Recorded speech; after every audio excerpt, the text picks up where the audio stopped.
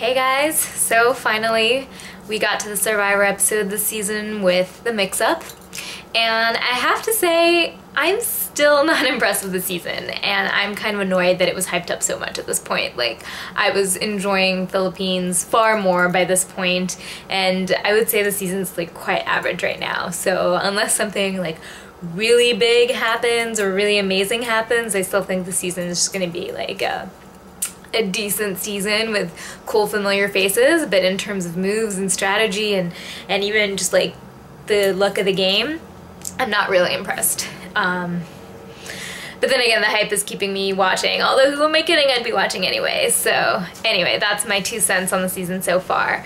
So the mix-up happened, and of course Cochrane had like a perfect name for it, the Bold and the Beautiful.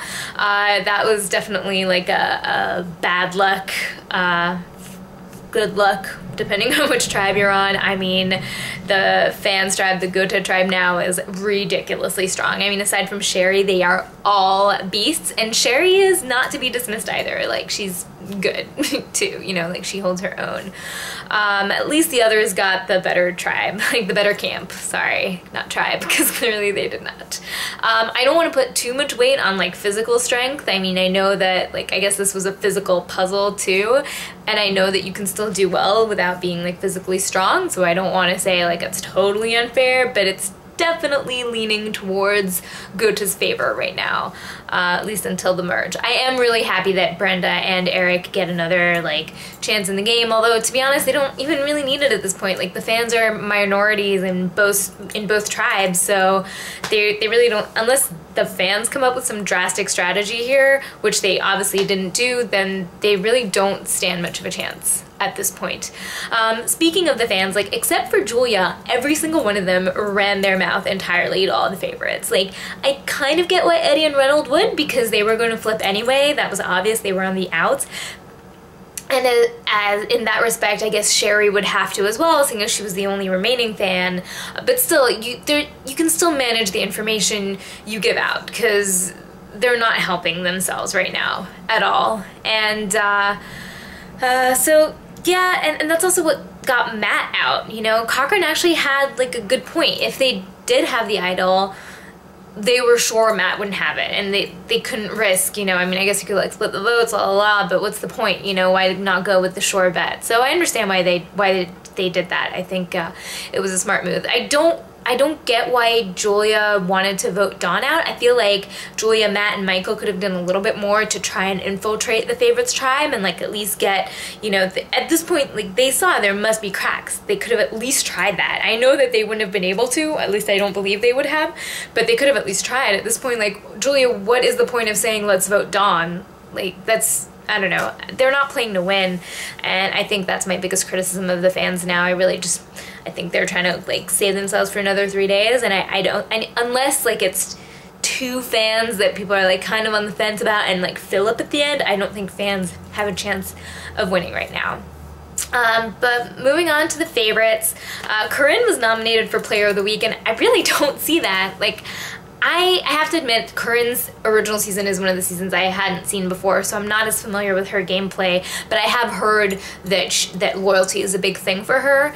I think in this case, loyalty is going to be her undoing, because she's assuming too much that like Philip wouldn't flip on her, or that her alliance wouldn't flip. And it makes sense at this point that they wouldn't flip, because obviously they're in a majority alliance, like there's really no reason for them to, but down the line, like, she's actually more on the outs of her alliance than Brenda and Eric are, and they're not even in the alliance. So I think that's not a smart move. And then what was she saying at Tribal? Like, oh, I could definitely find 3 people in my alliance that I would replace. Like, that's just stupid. Like, when did Tribal become an information free-for-all like therapy session where people just like blurt things out? Like, that was not smart. And also, like, she was kind of bitchy like in her comments to Julia. She didn't even get to know Julia for like 3 days, not even, and she was just being so mean. Like, I didn't like that. And then her like gay comment, oh, I get to play with a gay. I mean, I don't know, that just, I mean, yay gays, love gays, you know, supporting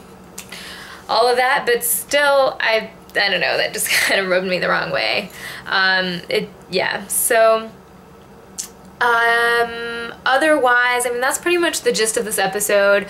I guess we could look ahead and see Malcolm aligning with Reynolds. Is that a good idea? I don't know. I mean, obviously, he should find an ally. At this point, Corinne is not as reliable of an ally, and Reynolds does have another idol, so it could work out as long as Malcolm stays, like, on top of that alliance. It could work out, actually, because if Malcolm does take Reynolds in the end, he would definitely beat him, so that might be actually a really clever move.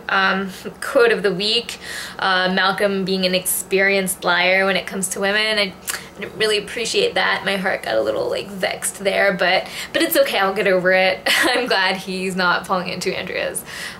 She's not that smart, like she tries to be, but she's really not. Like, anyway. In other news, I did a talk show podcast type thing with a fellow fan this past weekend. It's really long, so I would be very impressed if any of you listened to the full thing, but we do go over the whole season and it was really fun, and I'd love if you checked it out. I'll put the link in the description below. It's on talkshoe.com, and hopefully we'll be doing more of these and a little shorter and snappier, because you know I like that. And then I'll also put my blog, link to my blog as well, where I write some more stuff, and you can see some other posts I write, like hottest survivors ever, favorite survivors ever. I'm planning another one with my list of best survivors ever, so keep an eye out for that. Let me know your thoughts. Bye.